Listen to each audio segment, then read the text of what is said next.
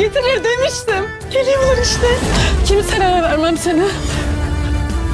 Hançer dur, Allah'ım gidiyor ya Hançer. Yeni bölümünde artık ortalık iyice karışıyor ve ipler tamamen geriliyor. Artık hiçbir şey eskisi gibi olmayacak. Çünkü Cihan'ın intikam uğruna sergilediği acımasız tavır Hançer'le olan büyük aşkını bitme noktasına getiriyor.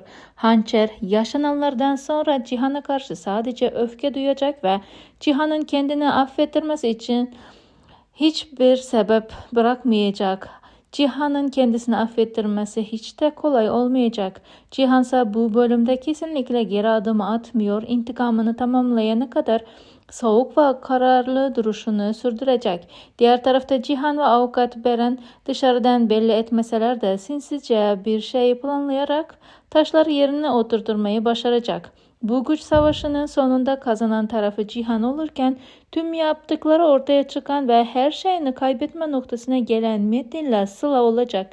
Engin, Sıla'nın boşanma süreci ise artık çok yakın bölümlerde olacak.